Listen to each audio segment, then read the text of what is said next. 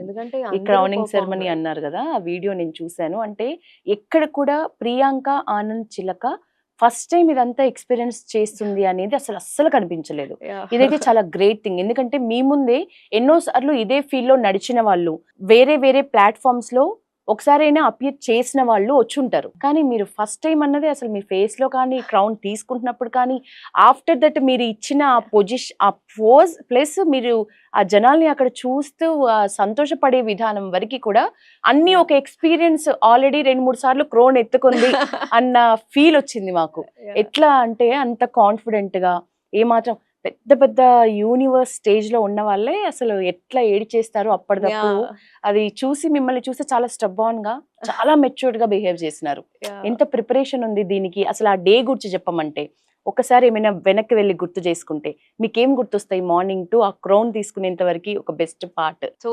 Main గా నాకు కొంచెం స్టేజ్ ఫియర్ తక్కువ అండి. ఓకే, బికాస్ ఫస్ట్ నుంచి కూడా. సో నేను ఒక క్లాసికల్ డాన్సర్ అవును, ని. వెస్టర్న్ కూడా చేస్తారు. Western Yes. కూడా. సో ఇనిషియల్ గా I started with classical. So western కూడా ఇన్కల్కేట్ ఏది ఇష్టం? అయిపోయింది నాకు.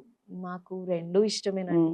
Both are my favourite. ఎందుకంటే రెండు నాకు ఒక మంచి థెరపీ లాంటివి. యాక్చువల్లీ ప్రియాంక, ఇప్పుడు వెస్టర్న్ చేస్తున్న వాళ్ళు క్లాసికల్ అంత ఇష్టపడరు. Yeah. క్లాసికల్ పర్ఫెక్ట్ గా చేయగలిగిన వాళ్ళు వెస్టర్న్ కి వెళ్ళరు. Yeah. కానీ రెండు ఎట్లా అంటే ఎందుకు అనిపించింది మీకు అట్లా? రెండిట్లో శిక్షణ తీసుకోవాలి, పర్ఫెక్ట్ గా చేయగలగాలి అని. రెండిట్లో దేనిది దానికి అసలు సపరేట్ Yeah. కదా, మిక్సప్ అవ్వవా మీరు చేస్తున్నప్పుడు? అనిపించదా?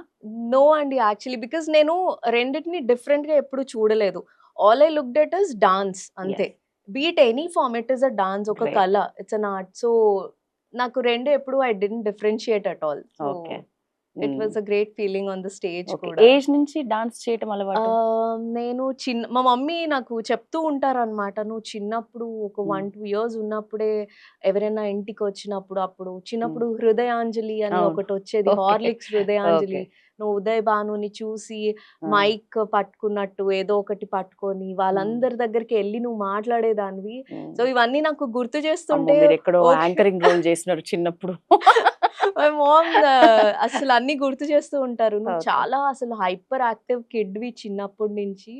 సో మేబీ అది నాకు అలా స్లోగా వచ్చేసింది. So Okay. డాన్స్ నేను స్టార్ట్ చేసింది 3rd క్లాస్ నుంచి అండి, క్లాసికల్.